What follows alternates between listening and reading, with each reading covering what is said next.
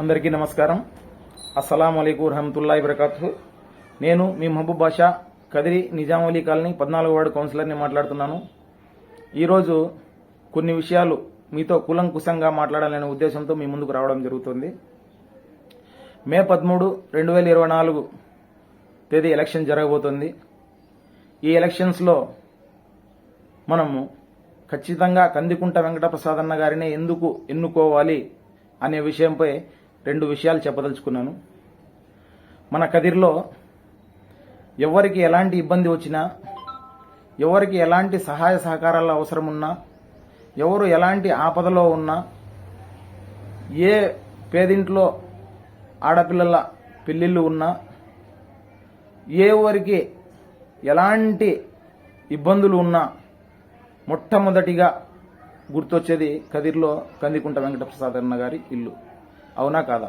ఒక్కసారి ఆలోచించండి. మీ గుండెలపైన చేయి వేసుకొని చెప్పండి. ఈ మాట నేను ఎందుకు చెప్తున్నానంటే, నేను వైసీపీలో ఉన్నప్పుడు కూడా చాలా మందితో ఈ మాట విన్నాను. వైసీపీలో ఆయనకు చాలా మంది అభిమానులు ఉన్నారు నాకు తెలిసి. ఎందుకంటే ఈ విషయంలోనే ప్రతి ఒక్కరికి సహాయం చేసే గుణం ఆయనకుంది.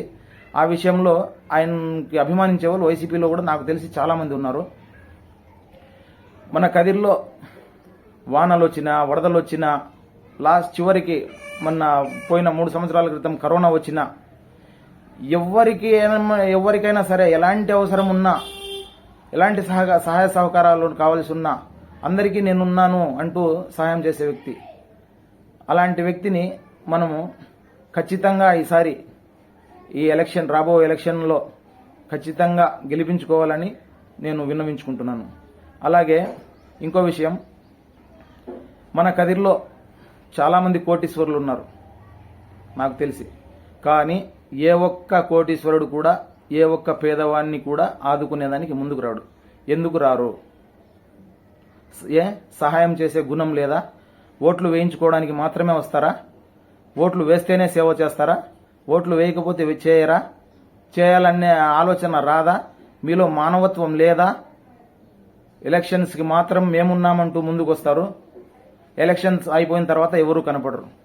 ఎలక్షన్స్ ఉన్నా లేకపోయినా గత 20 సంవత్సరాల నుంచి మీకోసం నేనున్నానంటూ మన కోసం పరితపించే కందికుంట వెంకటప్రసాదన్న గారిని మనం ఎందుకు గెలిపించుకోకూడదు? ఈసారి ఒకసారి ఆలోచించండి. మనలో ఇంకా మానవత్వం మిగిలే ఉంది. మనకంటూ ఒక నాయకుడు కదిరిలో ఉన్నాడు, మన కోసం పరితపించే ఒక నాయకుడు మన కోసం కదిరిలో ఉన్నాడు అంటే అది ఒక కందికుంట వెంకటప్రసాదన్న గారు మాత్రమే. మానవత్వంతో ఆలోచించి ఒక్క నిమిషం ఓటు వేసేదానికి పోయే ముందు ఒక నిమిషం మానవత్వంతో ఆలోచించి ఓటు వేయడానికి వెళ్ళండి. మనం ప్రతిసారి ఆయన నుంచి సహాయ సహకారాలను పొందుతున్నాము, కానీ ఆయనకు మన నుంచి ఎలాంటి సహకారం అందడం లేదు. ఈసారి ఆయనకు మనం ఓటు వేసి ఆయన రుణం తీర్చుకునే అవకాశం వచ్చింది. కదిరి నియోజకవర్గ ప్రజలారా, ఓటర్ మహాశయులారా, ఒకసారి ఆలోచించండి.